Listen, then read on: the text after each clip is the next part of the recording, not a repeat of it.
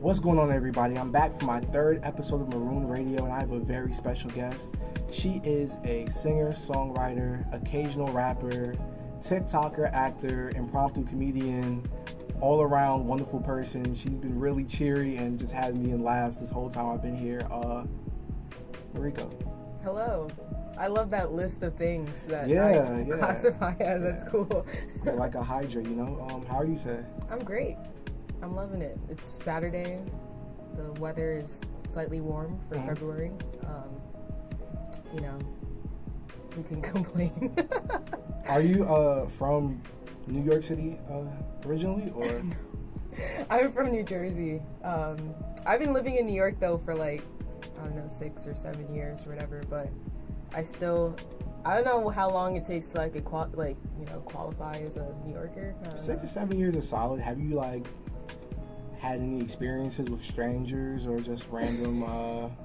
Yeah, it's crazy. The other day I was made a late night run to the deli, and it was 1 a.m. or something, and I'm walking home, and I'm 2 blocks from my house, and there's this dude who was walking, he was slightly in front As of me. they do, dudes walk down the street. They be walking, I was walking, we walking. Yeah. And I was I could pass him, or I could just, wait. I don't know, so I decided not to. I was I'm a block from my crib, let me just leisurely stroll it. And then he, suddenly, right when I decided I'm not gonna try to pass him, he turns around. He's like, "Why are you following me? No." Oh. Yeah, he started yelling at me. He look a little scruffy, not to stereotype scruffy. No, people, he did. I literally screamed. I was what time? It was night when you said? It was in the middle of the night. I screamed because his face, any onlookers could have been very confused and worried. Yeah. I was confused.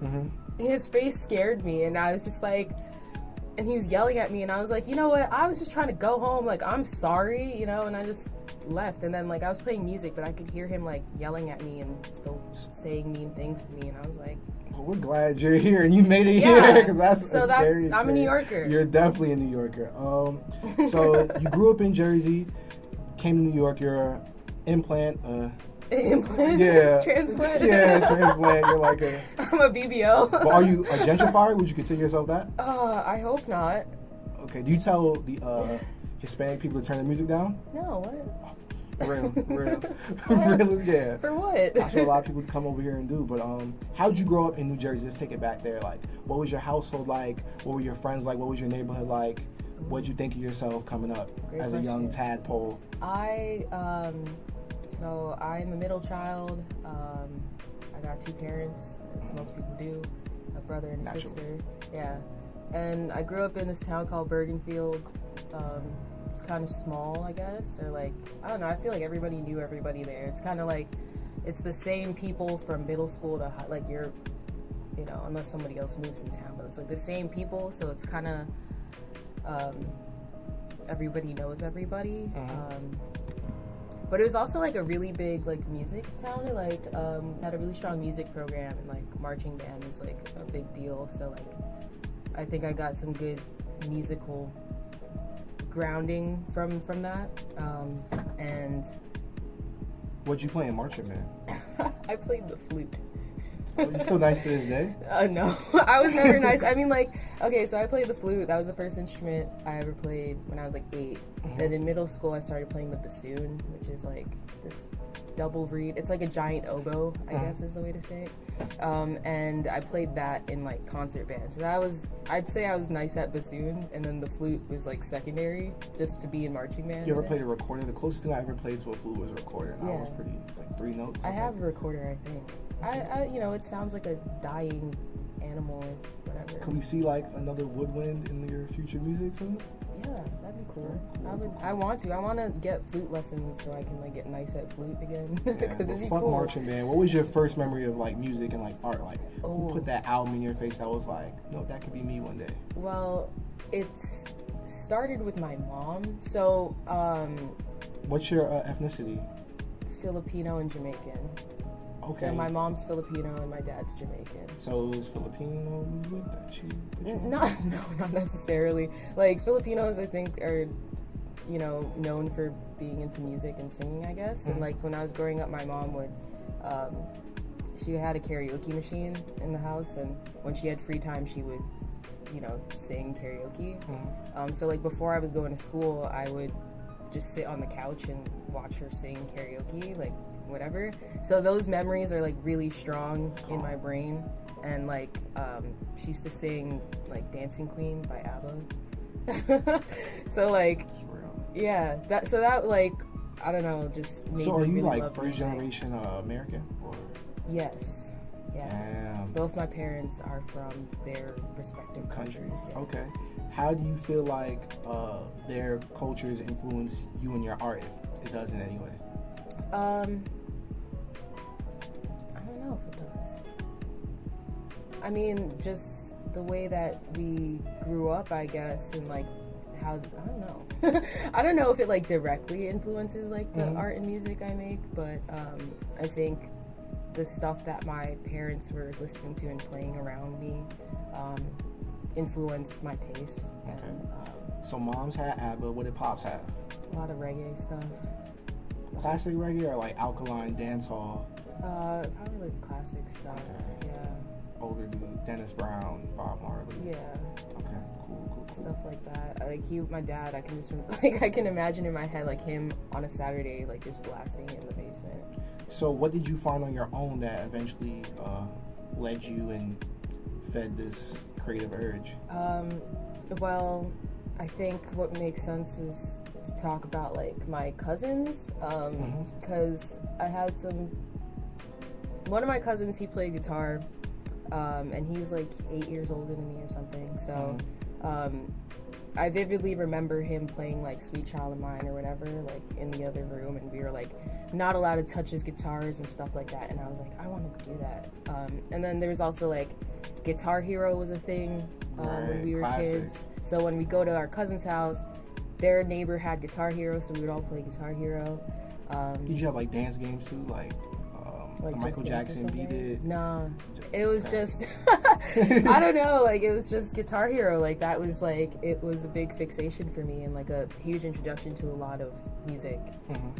And also like my cousin, she put me on like Paramore when we were kids, so like all of that like really pushed me in the direction of like rock music and guitars. And then, how old were you about that time? It's between the ages of like 8 and 12. Now, were these interests or, you know, first encounters with rock music like a public thing? Like you told people in your household, like, I'm going to be a rock star one day. The lady on the TV is going to be me. Or was it... I don't think I ever went around saying that. Or maybe when I was a kid, yeah, I wanted to. But no one really bats an eye as a kid. Yeah. Or like nobody was ever like, yeah, go ahead. Or like I remember asking my mom, like, I want to learn to play guitar. She was like, oh, ask your queer kid. And I was like, like I was too shy to ask him. So it was just like a secret thing that I wanted to do. And then it wasn't till when I was 12, they had to move to Australia because they came from the Philippines and they, I guess, didn't, like, their visa expired and they didn't have a green card, so they had to leave. So when they left, he left his guitar, bass, and drums at my parents' house, and then that's when it was yours. Yeah, I was like, now I have a guitar and I'm gonna learn. It's bittersweet. Yeah, it's kind of like, it was like, it's like damn, it was like he handed the torch, you know, forcibly. Yeah. But yeah, to this day, he's like, well, I'm glad that like you got it. You did something with that, yeah. For sure. So, when was the moment? I guess now speaking up to high school and afterward high school. What was the moment where you started making your own stuff, recording yourself? That's really where it starts. Putting it out, maybe showing it to your first couple friends, or going out into the neighborhood and playing for people. So, in high school, we had like a talent show. So I like made my friends like. I made us make a band so that we could do the talent show. What was it called? Lazy Boy and the Recliners. Who was Lazy Boy? You know, like is like a lazy boy couch, like a chair. Yeah, but like, you know, it's like, okay, Hootie and the Blowfish, or yeah, like, I mean, I guess I don't know. It was just like us, like me and the friends. Okay, you know? So we were Lazy Boy and the Recliners. Like it was. That's very misleading. It was just a clever name my friend Laura came up with, and we just like ran with it. Okay, cool. And then we literally did that talent show, and that was it. Yeah. But that's how like I started playing with dude who plays bass for me, Joel. He was him. part of that in our high school. So then after high school, Is that dude with the afro? Yeah. Yo, he has a very unique look, and he was in my memory from that whole night I first seen you play with the Slores, which is even more out there than yeah. And, y'all did y'all thing. But okay, so fast forward, first song you put out on first project. So we gotta go back a bit, just a little bit. So like when I came to New York for college, I still wanted to do music. Like that was like my secret ambition, was to like pursue music, and I just didn't know how. So then after kind of observing a lot of my peers and how they would like record stuff or whatever, and like make beats and whatever, I made something and I recorded, like I just started rapping on this beat I made, and it was like... Was that Potential? Yeah. So that was like the first thing I ever like finished. And I was like, wait, this is actually like kind of cool. Like I actually like this. I was like, I have potential. So that's why I called it Potential. Like this has the potential to be something. Yeah, so then I, got it mixed and I dropped it or whatever. How'd you go about promotion then, and the difference between that and now? Because now you're kind of like a promotion guy, you know what I'm saying? Off camera, y'all, she was kind of being like modest about it, but she's low-key on her shit, you know what I mean? So how you feel like your strategy changed with putting yourself out there now? I think at that time I didn't know what I was doing at all. Yeah. So like I just like put it on, like again observing like my peers or whatever. I think I used like DistroKid and just like dropped it or whatever. Had my friend Laura that I mentioned, she like drew the cover art or whatever, and just posted on my Instagram. I'm like, okay, I did a thing. And this was like before TikTok was like really like pre-pandemic. That was before any of that, so I didn't really know how else to market it. And then like 2020 happens and COVID, and we're all on TikTok, and I'm like, okay, like I'm seeing people blow up and whatever, so I just started like making videos, like whatever, trying to just not think too hard about it and whatever. And over time I guess I've learned different things, or at the end of the day it's just like have fun with it and try not to take yourself too seriously. And so you having fun with it is really apparent in your music, because you kind of go from genre to genre. Your first song was that rap song Potential, but then what I'm saying, I've heard high pitch sped up prog rock from you, I've heard like heavy metal stuff from you. So like, what genre do you consider yourself? You consider yourself genreless, and is it a new experimentation every time you turn on the microphone? I think I try to go in and do a thing, and then it always comes out however it comes out, and it's like just influenced by whatever I'm listening to at the time, or whatever. I don't know, sometimes it just is what it is, so I can't really say myself like what genre I am. I'd rather somebody else tell me, because that would help me out a lot, because I can't tell. It's like when you say a word too many times and it stops sounding like a word.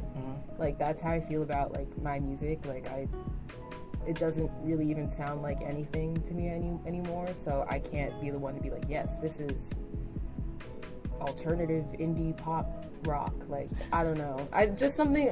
Usually if someone asks me, I'll say a very broad term like that, like alternative. Just alternative. Dot. One thing I do give you for your music is in the way you write. You're very topical, and usually, well, not usually, but sometimes like the songs are as they are, and I can really appreciate someone who goes from start to finish staying on one topic. Like Mom Spaghetti, not really about Mom Spaghetti, yeah, but it's a fun song, and the video that accompanied it was really fun too. And then the second half of Veronica Decides to Die, you have an alter ego and it's still thinking outside the box. Could you speak to that creation and what that was like putting that out? Because that was through a different YouTube channel. Yeah, okay. So Mom Spaghetti was just, I made a beat, it was cool, and then I was recording stuff going like, whatever. And some of it was not even words. Like, it was like after the fact I had to like make sense of what I was saying. For sure. Yeah, and I was just chatting, like that song is really so unserious. But it was fire, like, and people really like it, so that was that. And then Veronica Decides to Die was actually inspired by a book by the same title. written by Paulo Coelho, who wrote The Alchemist. The Alchemist, yeah. Right. So I was reading one of his books, his other books, because I like The Alchemist. Right. And yeah, this girl Veronica decides to kill herself, and like that's what the book is about.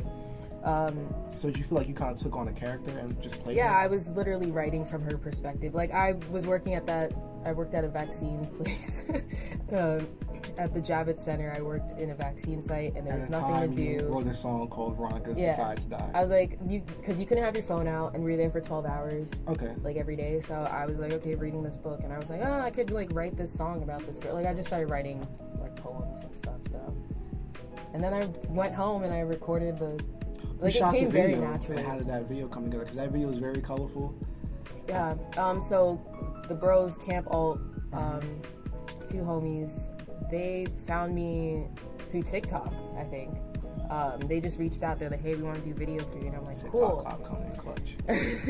Yeah. So I looked at their page and I was like, oh, like they actually like make some fire stuff. Like I really like their style. So I had this idea for Mom Spaghetti and I was like, okay, this is what I want to do. Like, and they were like, bet. And then they like did it, and they made it even better than I imagined it would be.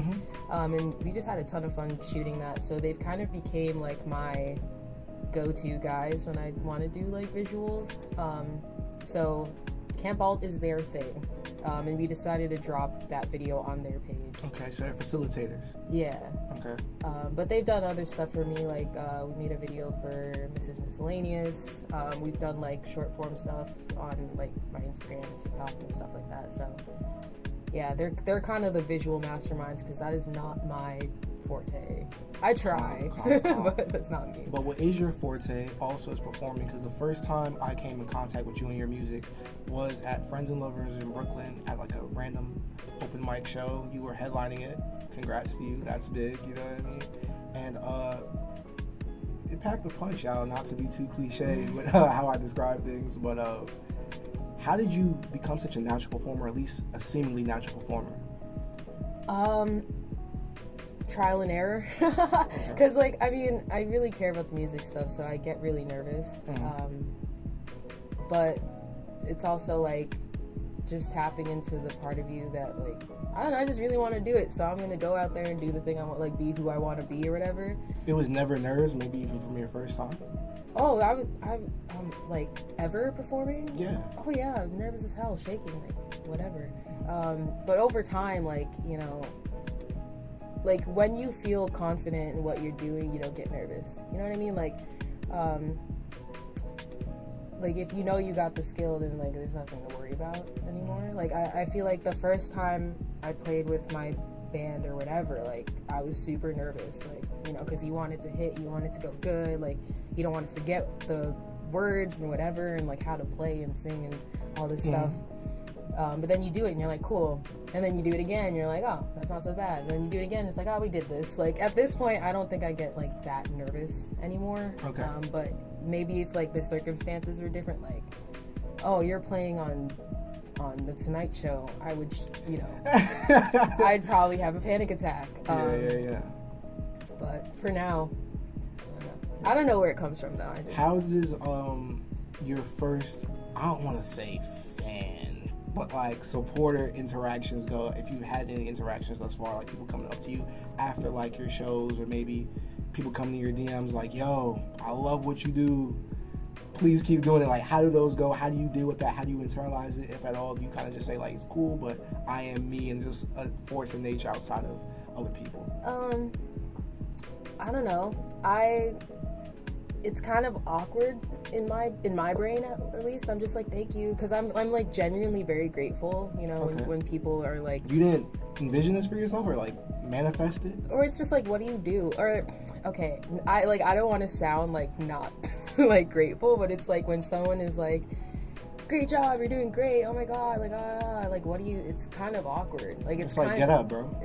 Or not even that. It's kind of just like, what more can you say besides like thank you, and like I appreciate that, without seeming like, you know, not genuine or something. It's like I'm genuinely Does that go through your mind, or is it kind of automatic at this point where it's like you have like these cookie cutter responses to the "I'm so in love with your music" is like thanks. That's like, oh no, press I don't. X I for could thanks, never just press be A like. for there's like these, like, No, I buttons mean of like I responses. match their energy. Like you know, okay. like if they're like yo, They're friends like, that oh you my god, match. thank you. Okay. Like I usually do like the prayer hands and bows. That's so crazy. I mean, but like, cause that's No, just my personality. It's normally what I do anyway. Like if you know, I'm grateful. I just thank you.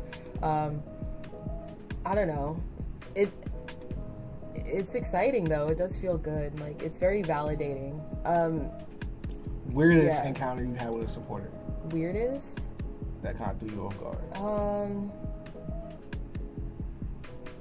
don't know. I can't say a specific time, but I feel like when people are like, yeah, we gotta cook up, we gotta do this now. Like, oh you're so fire. Like, oh, let's collab. It's Lincoln build type beat. Like, yeah. Like, I don't know you, bro. Chill. Slow down. Not even if they was like, yo, I got like 300 for you, or X amount of money. Oh, it's not even about the money. It's just kind of like vibes. Like sometimes I feel like, I don't know, people.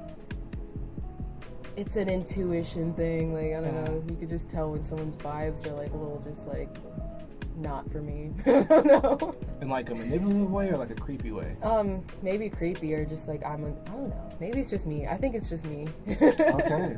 Like I think I get nervous. Sure. I'm like actually a kind of anxious person, believe it or not. But like I just say like F it, like. No, that's true, because your passions. Yeah, it's like I'm not gonna anxiety. let anything stop me from doing what I want to do, but I'm still gonna freak out about it. Mm-hmm. So inside I feel like I'm Michael Cera, just like really awkward and weird and stuff. Yeah, so. I don't know where that came from. A thing in the air. Yeah.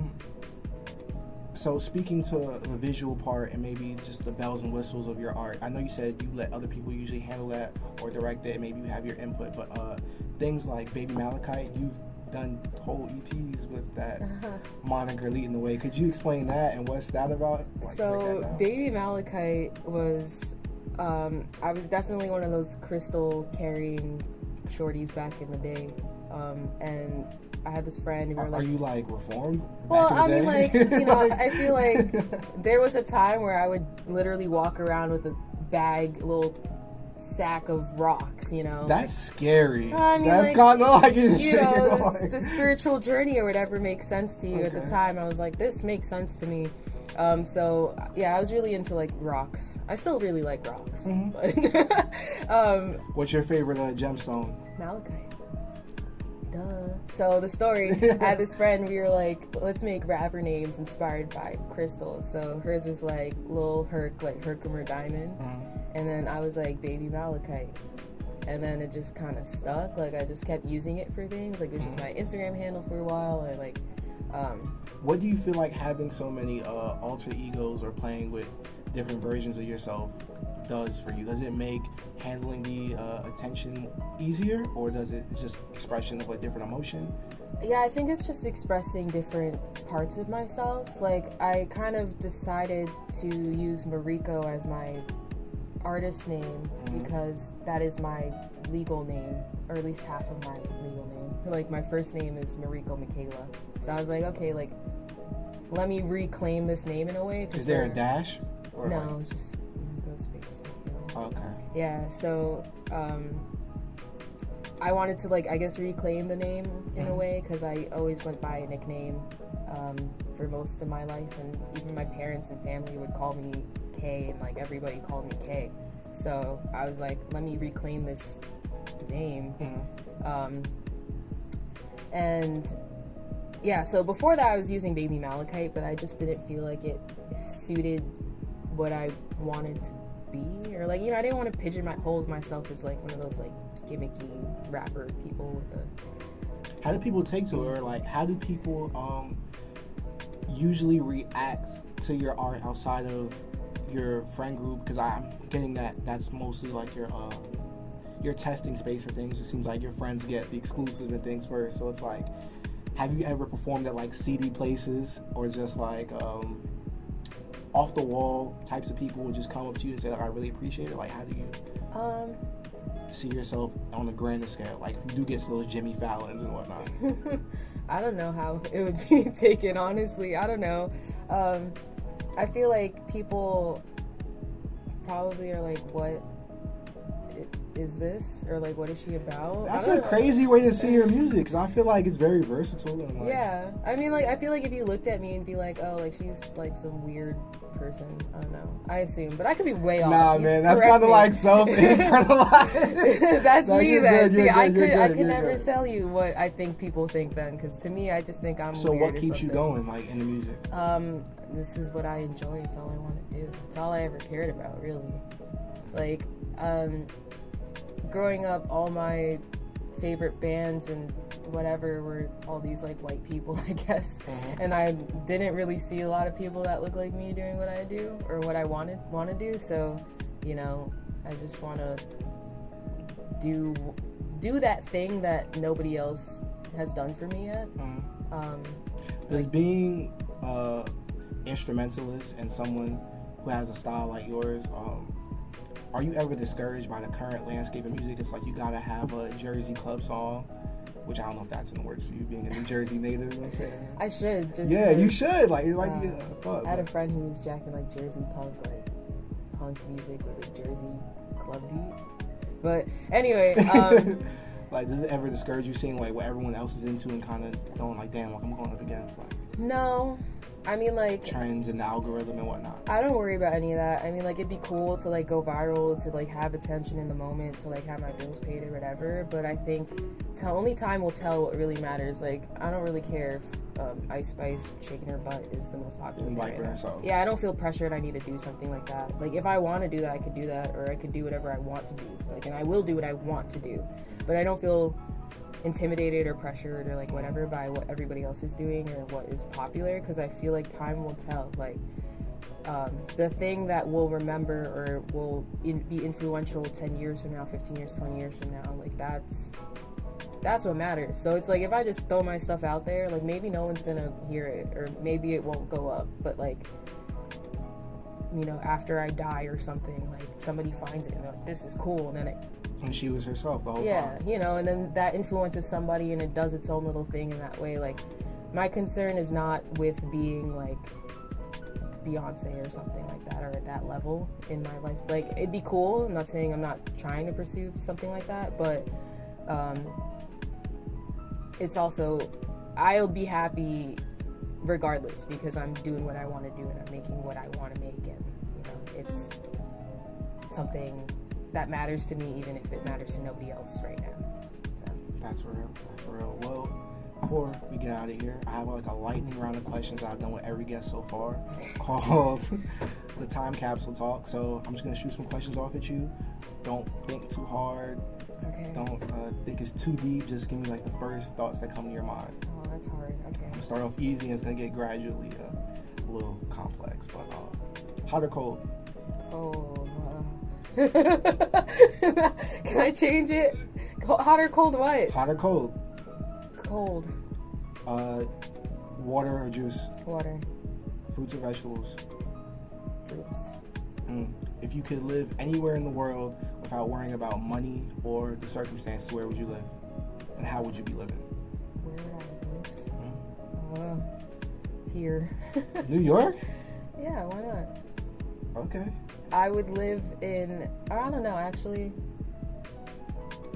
someplace warm, on a beach, trees and Wanna put a name on that bullet?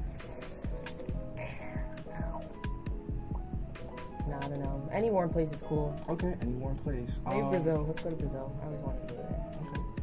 Okay. What's a historical figure that you identify with? Oh, I don't know.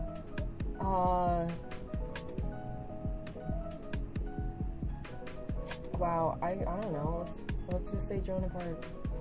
That's hard. Yeah. That's hard. Wait, how you think you did that? Okay. Loyalty or respect?